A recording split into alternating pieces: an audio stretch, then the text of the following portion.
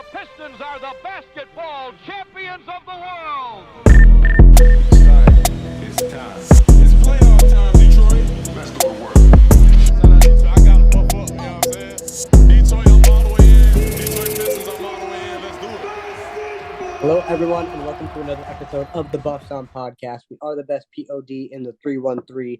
The whole squad's back together, and we're feeling good. We're about 3 weeks out from the Pistons' first preseason game. Latest news coming out that Pistons Media Day is on October 2nd, so that's also something to look forward to. So with the season coming up, we thought we would start our previews for certain players. So we decided to break it up into three sections.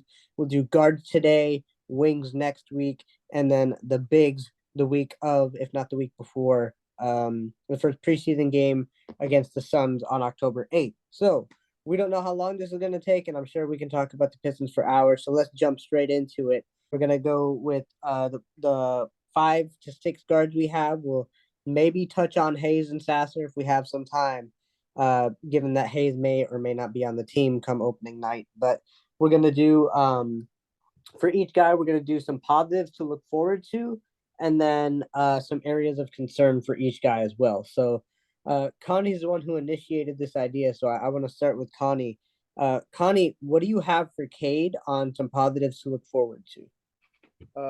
One thing I think the biggest thing that we can look forward to is some advanced level playmaking in the half court. I think we can all agree this is Cade's strongest strength.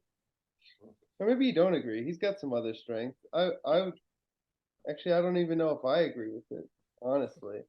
One of Cade's strongest strengths is half court playmaking off the pick and roll, doing some grab and go stuff. We might even see some post playmaking. It's just, we were a team last year that lacked advanced level playmaking. We played rookie Jaden Ivey, Corey Joseph, and Killian Hayes. Up there in contention, might be number 1 for worst guard rotation in the NBA. As a reason we won 17 games. Just, we're gonna see Cade Cunningham making plays that we did not see last year. He's going to be there's going to be passes made on this court that we did not see last year. Just a really reliable, passing, I guess, is what I'm most looking forward to. Is something to look forward to. For sure. Gabe, we'll go with you next. What are you looking forward to seeing from Cade this year? Yeah, mostly just seeing him on the court again. It's been so long.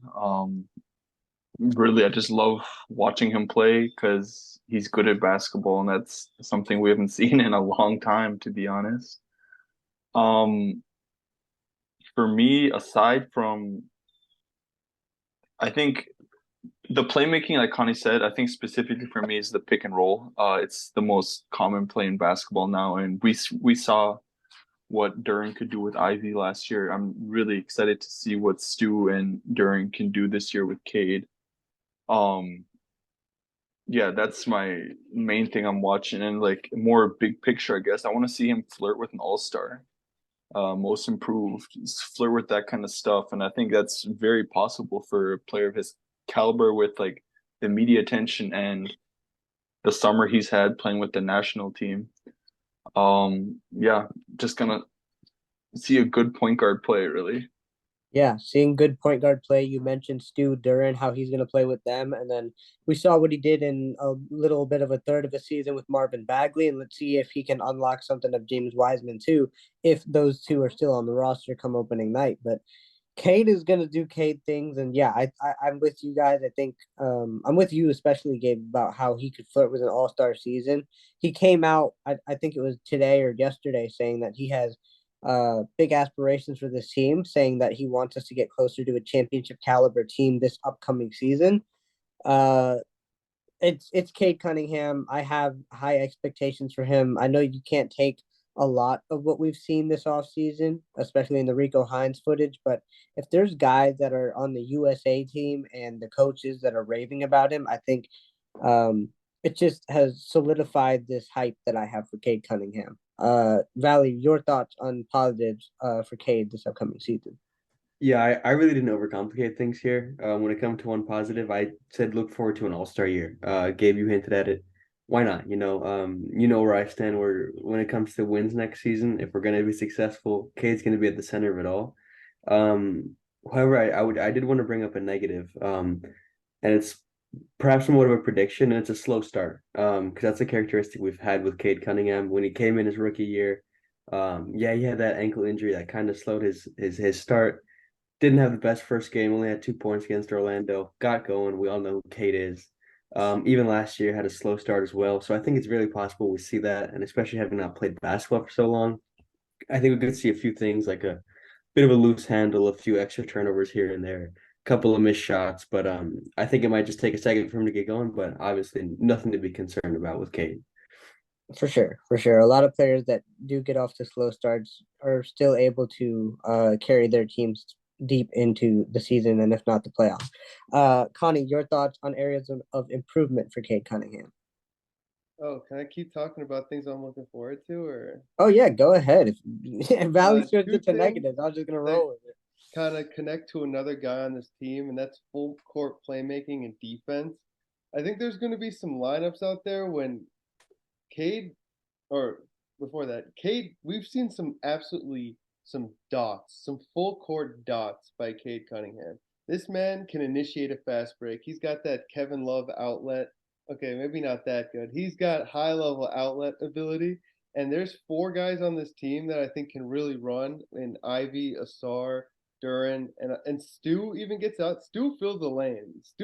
He gets out in there and he runs, you know. He might not be the fastest guy, but he runs, and that's really all that matters. Uh, so I'm expecting some real nice like full court playmaking, really feeding off of Asar as well, and that really works. Brings me to defense.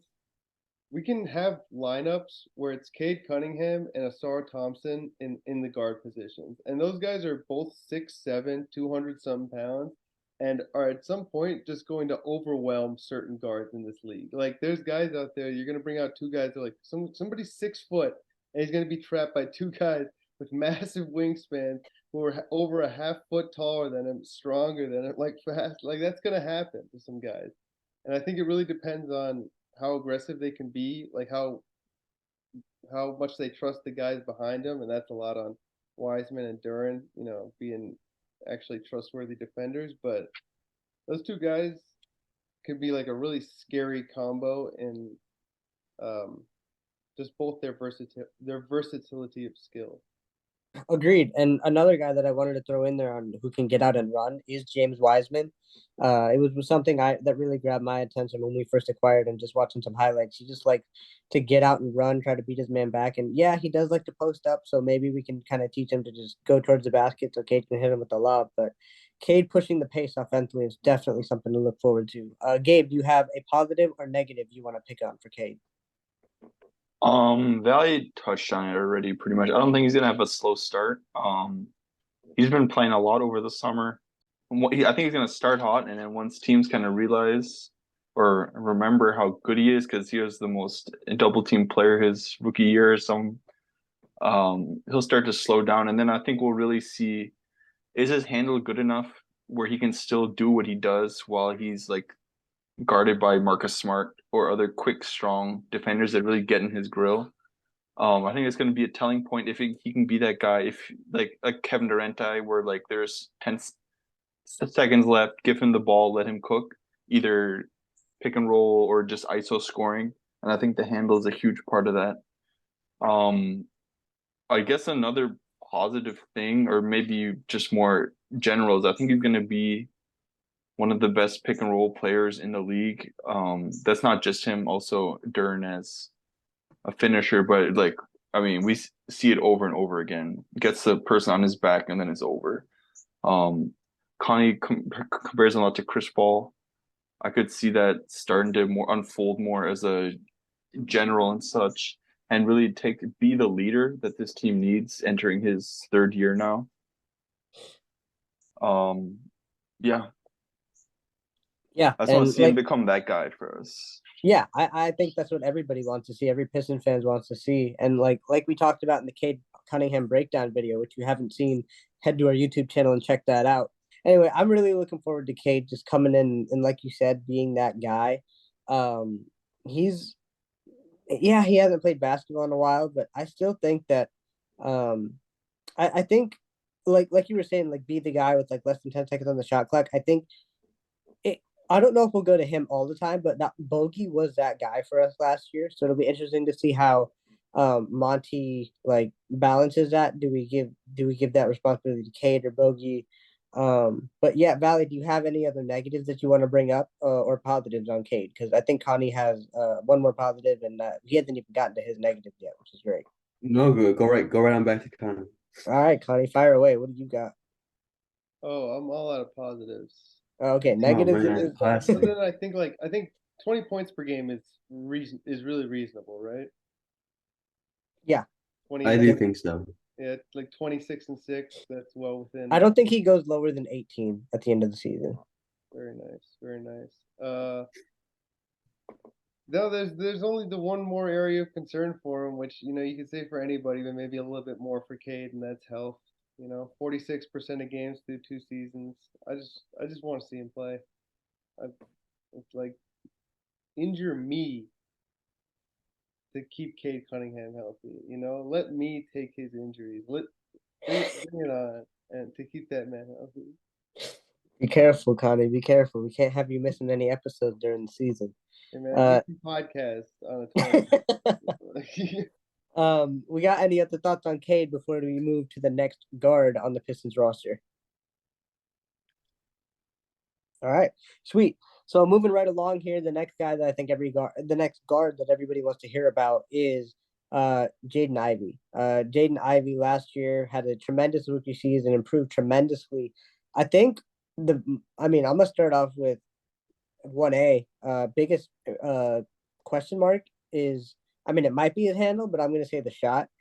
We've kind of talked about how some of us on the pod think that his shot has changed a little bit. Some of us think that it kind of looks the same. We'll start with Valley. He's first on my screen here. What are some positives you're looking forward from Jaden Ivey this upcoming season? I simply wrote signs of stardom. And then in parentheses I wrote 20 plus. Because we've talked about Ooh. his scoring capabilities. And we've all said on record here that if this team's really good, he's going to be the highest scorer on this team most likely. We saw the flashes last year, but again, the factor that everybody gets, the huge boost that everybody gets, is the Cade Cunningham boost. We can say it to everybody, and we can make a case that they're going to be better next year because they didn't get to play with Cade. His biggest issues for me were high turnovers. Playing next to Cade, the ball's going to be less in his hands theoretically, should cut down on his turnover numbers and let him be him more, which is sprinting down the court, getting downhill, just being fast as hell. So my two negatives were the high turnovers, and then just because it is somewhat of a gray area for me, it's his jump shot. Because it is such a big thing for him next year. Like I said, if he's not gonna have the ball in his hands as much to reduce his turnovers, and Cade's gonna have the ball, he needs to be able to knock down that shot. You guys said that jumper looked better and different in the Rico Hines runs. I don't know. Maybe I need to buy into it more and drink some more Pistons Kool-Aid.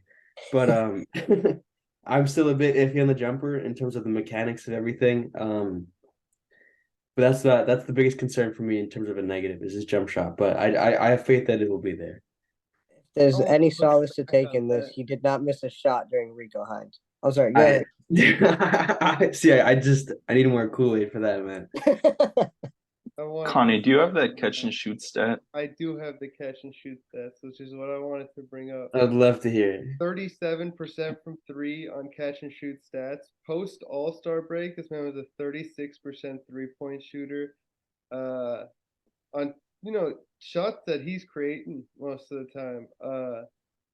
I think we all saw the improvement throughout the year. Yeah.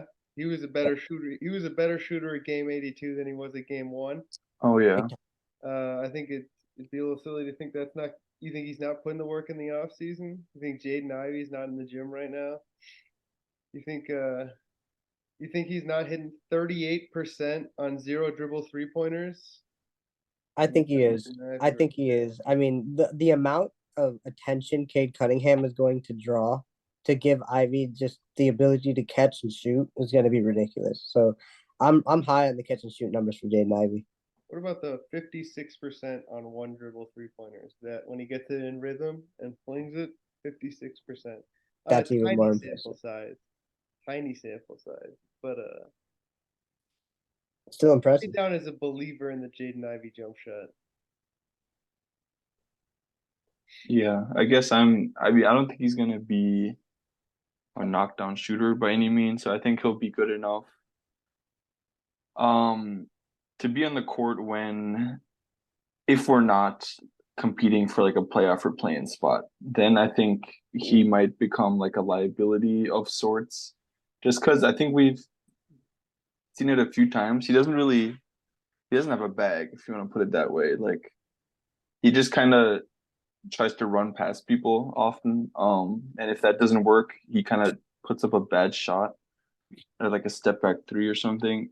So I'm a little concerned that when he's not like catching people by surprise, when we're not just a trash team that people don't really care to play defense against, that he kind of plateaus. And the worst case, I think from day one, he's not going to close games, unless he's really hot that game. And then I think, like I said, towards the end of the season, if he starts slow or if Monte Morris is playing really well, which I think he will, I think he might not start. Like if we're playing competitive games at the end of the season, that's not really. And I'm not saying that as like a bash on Ivy. It's just next to Cade, you want a shooter, right? You want floor spacers, and if he's not doing that, and if he's not getting to the rim at a high rate, then I'd rather have Monte Morris on the court. So I was going to ask you the question. You kind of started answering it. Go around. Everyone give me – we're doing guards today. So in your closing lineup, who are your two guards? Cade and Ivy. I would like Cade and Monte Morris, honestly. Connie? Like game one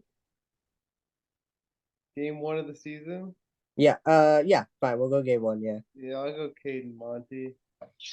Ooh, that's not bad. I think game 82, I'm flipping that to Cade and Ivy. I'm expecting another year of improvement from him as well.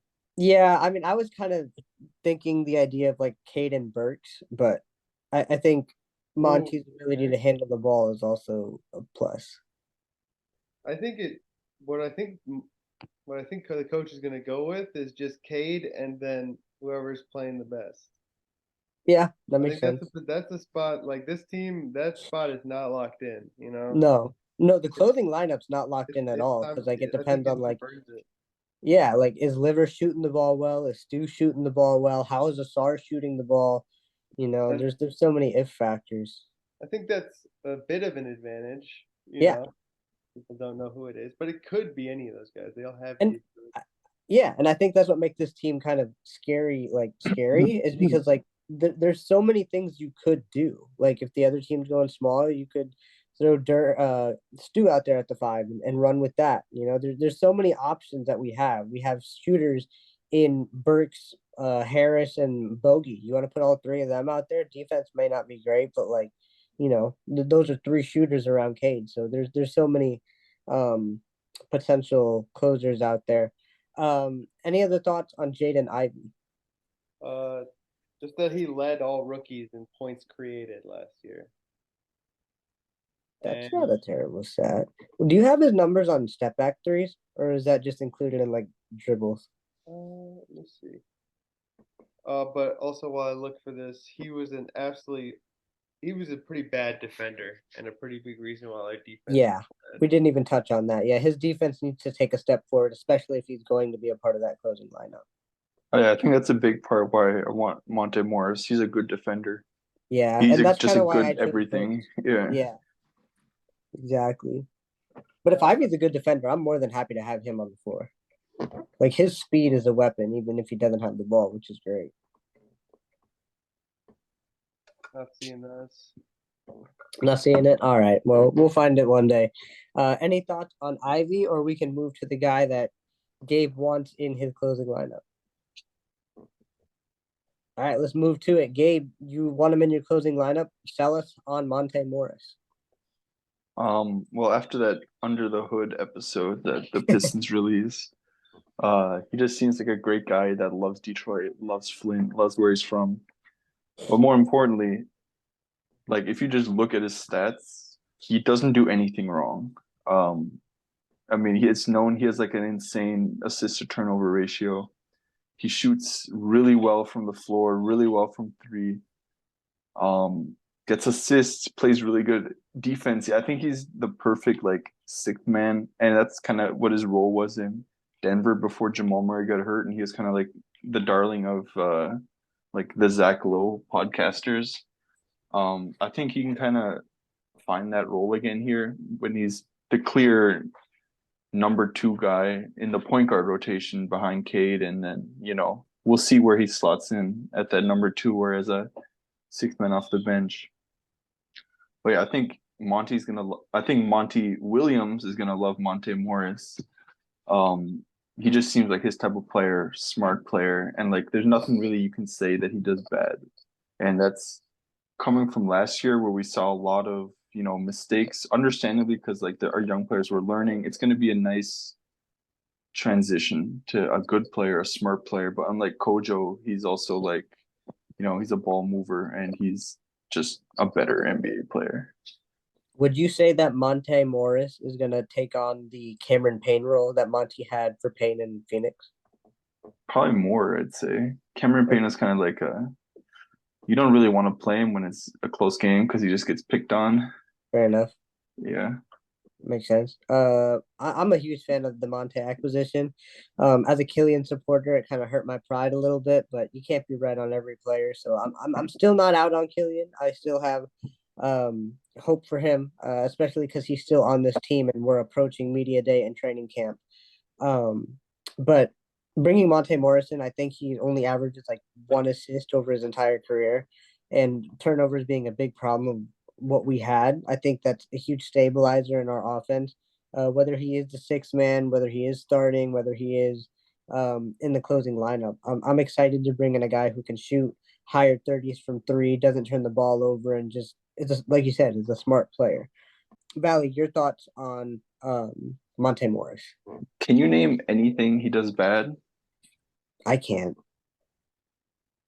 It's tough to do. Which is obviously a really good thing, which is what we need. But you guys hit it home.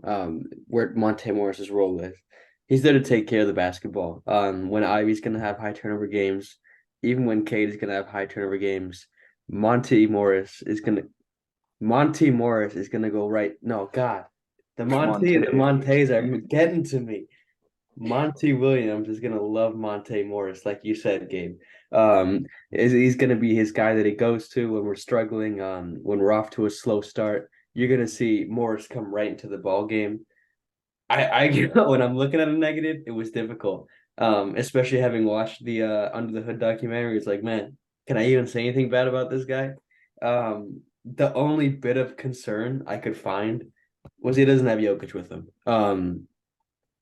And not having Jokic is obviously a difference. And I think in a way, he's gonna play with him the way he played with Cade Cunningham. Obviously, Come on, man. stretching there a little bit, but in terms of Cade attracting more attention, keeping the ball moving, I think that's where he could thrive. But difficult to point out a negative, and taking care of the basketball, the positives, like you guys hit on perfectly.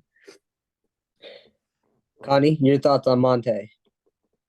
He's a good point guard, and he brings me back to my first point of seeing Cade Cunningham. Is we're gonna see a lot better than the league's worst guard play this year. Like that can't be understated. Like our over under jump is like 12 wins from last year.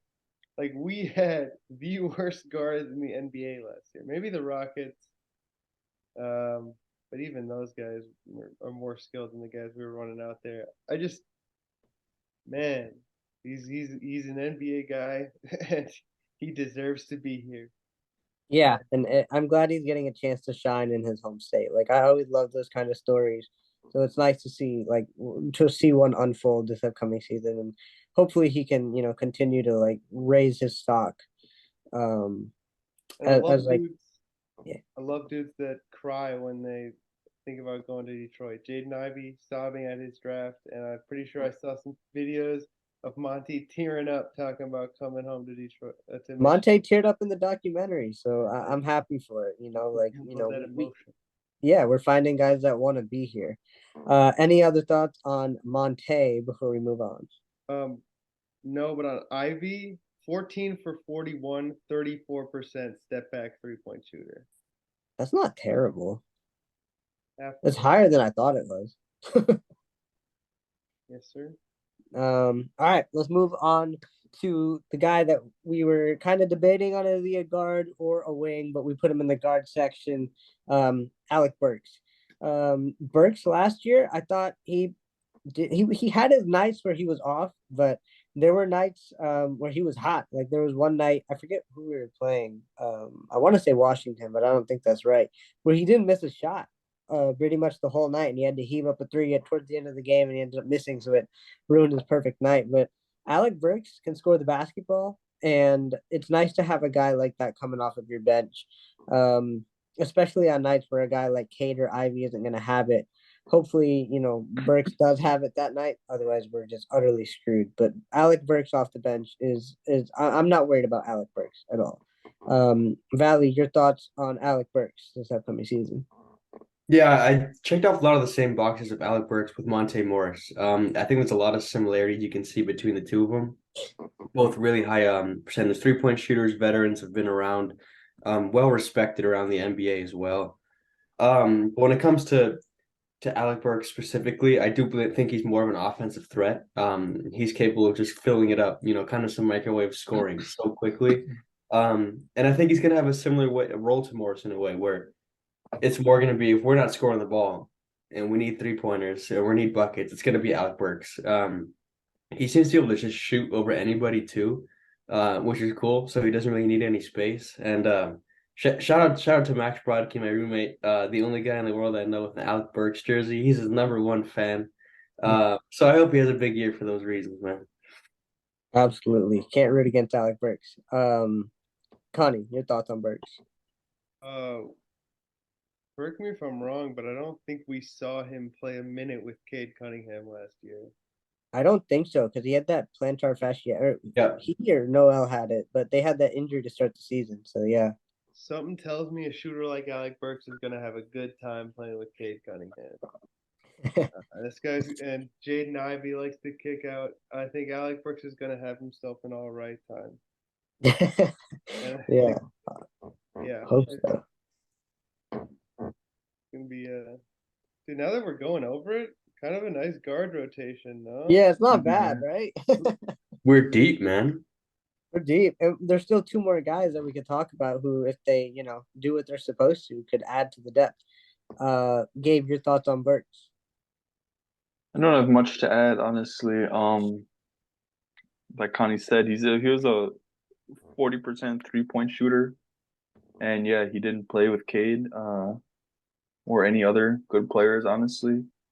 I do think he was kind of in trade talks last year, but we didn't have anybody to kind of take his spot, and his contract was so nice, so it was kind of made sense to keep him. But that's ending next year, so I think he could be more of a trade piece if some of the younger guys like Sasser, Killian, Joe Harris even play really well, and they kind of have a role if he's not there.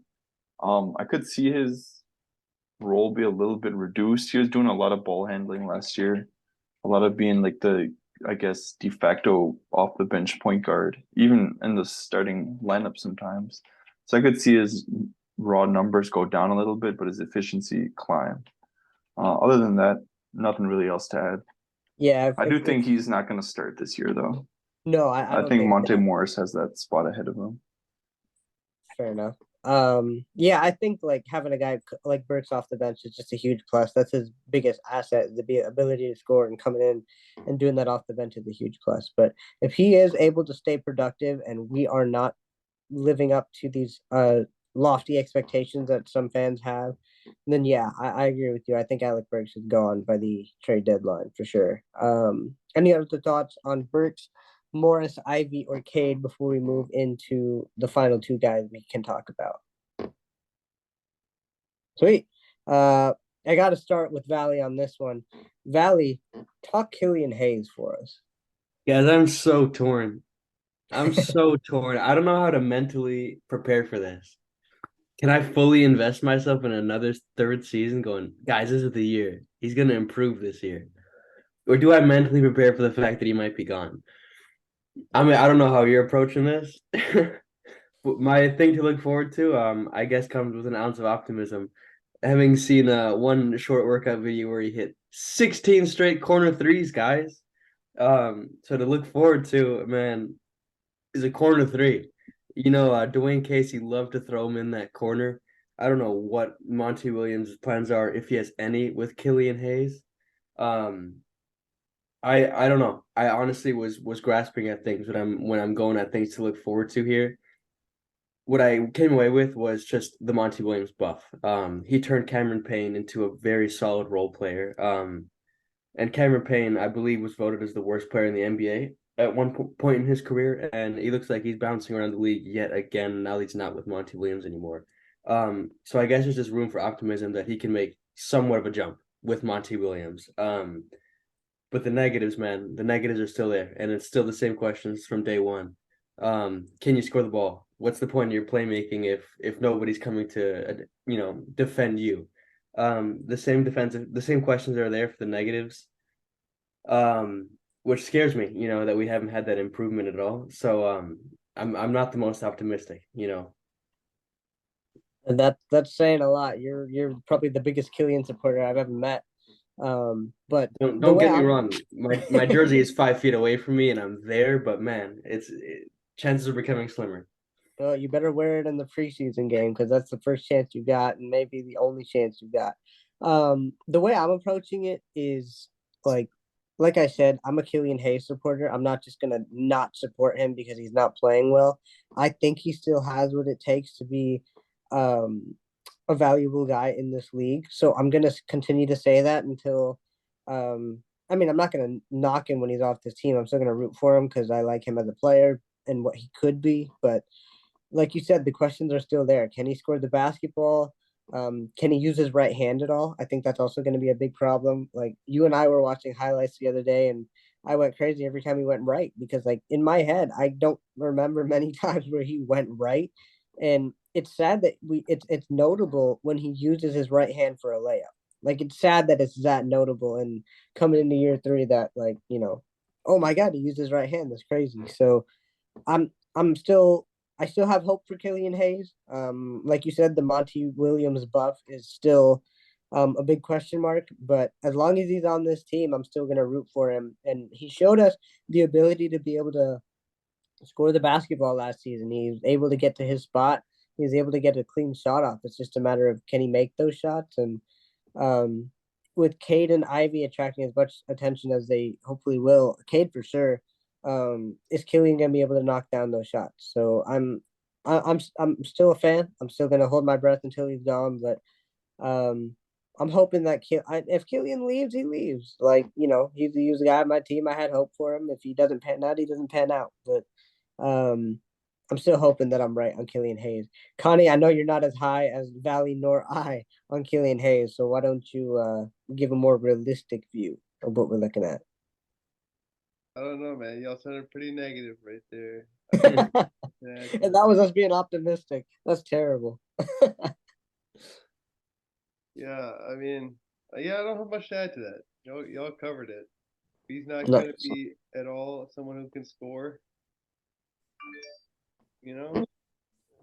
Yeah, for sure. Gabe, any thoughts on Killian before we move on to the final guard that we have on our slate tonight? Not really. I do still hope, and I think he will get some run early in the season, just when rotations are still up in the air. Was it like 20 games, and then stuff kind of starts to settle down? Yeah. And I do think he's either going to get traded or ride the bench. I don't really think there's more room for a non-shooting, non-creating player. If he does, I keep saying, just become a connective wing player. Just hit corner threes. You don't have to have skill really. You don't need to handle the ball. So if those 16 straight threes are anything to get your hopes up for, that's really it. For sure, for sure. Let's move into the only rookie that we got under our guard umbrella, and that is Marcus Sasser. Sasser taken in with the 25th pick as a trade, acquiring him. I'm excited for Sasser. He really showed out that last game in summer league. I'm really high on his shooting ability and his scoring ability. They say he's a dogged defender, but like he's awfully small at about 6 foot, so it'll be interesting to see how he's targeted defensively. Can he hold his own in the NBA? He did spend a lot of time in college, so he's a bit older, so maybe he has some tricks up his sleeve, but he's still going to be a rookie. And as we've noted, rookies often struggle with defense. So I'm excited to see how Sasser, even if he gets playing time, but I like Sasser as a player. Valley and I took a lot of the Killian time, so we'll kick it over to Gabe and Connie for the Marcus Sasser evaluation. I didn't watch the Rico Hines or whatever it was for Sasser. Did any of you guys? I caught some of it, yeah. I was watching videos hoping he would pop up, but I never saw it, but I saw the highlights. Yeah, I mean, I think his ceiling is kind of taking that third string role from Killian. He can shoot, which is already good. That's pretty much it. Not Yeah, too much to add. So kind of hope and see. I think he's gonna spend most of his time in the G League, do kind of a Saban Lee role. That's pretty much what I'm expecting. not too bad. Connie, your thoughts on I almost said Saban. Your thoughts on Sasser? If he can shoot, he can Yeah. play. If not, he's running the G League team like Saban Lee. Yeah, Way down there. not a bad projection. Oh, happy birthday to Sasser. It was his birthday yesterday. So Marcus Sasser, if you were listening to the Buff Sound podcast, happy birthday. Valley, your thoughts on Sasser, if you have really anything to add. No, my two little notes I'm look forward to was just high energy. That's what it seems like from his Rico Hines footage. You know, it just got a lot of energy. And then a high volume 3-point shooter. I think he's the guy just likes to shoot the ball. That's something that'll be nice. Just a pretty modern player, but I think he could be pretty low in terms of his efficiency. Which could see him more in the G League. I think we're gonna see the bulk of his minutes in the G League. I don't know. I think it's kind of up in the air with Marcus Sasser. We do have a deep guard rotation. Connie, you mentioned it. Like going through it now, it's like, where's this guy gonna play? I really don't know. But there's a chance for him. I do think there's a small root for him here in the first team. But he's gonna have to be a consistent 3-point shooter and a really solid perimeter defender. But he's a bit undersized, so I'm interested to see how that's gonna work in the league. Yeah, for sure. Any other thoughts on any of the 5 guards that we mentioned today? Cade, Ivey, Monte Morris, Alec Burks, Killian Hayes, Marcus Sasser. I listed more than 5, but you get what I'm asking. Sweet. Well, make sure you guys, we hope you enjoyed this episode. Make sure you tune in next week when we talk about some of the wings that we have on this roster. I don't know about you guys, but it kind of really brought to light how deep just this roster is and how deep the guard rotation is. And there's going to be some battles in training camp. But any other thoughts on the team or the NBA that you want to touch on while we're on here? No? All right. Well, thank you guys for listening to this episode of the Buff Sound Podcast. Make sure that you follow us on social media and subscribe to our YouTube channel. We have a Cade Cunningham and Jaden Ivey breakdown on there already. If you want to go and check that out, we'd greatly appreciate it. Make sure you tune in next week, like I said, for the wing breakdown. And until next time, for the Buffs on Detroit, the future is bright.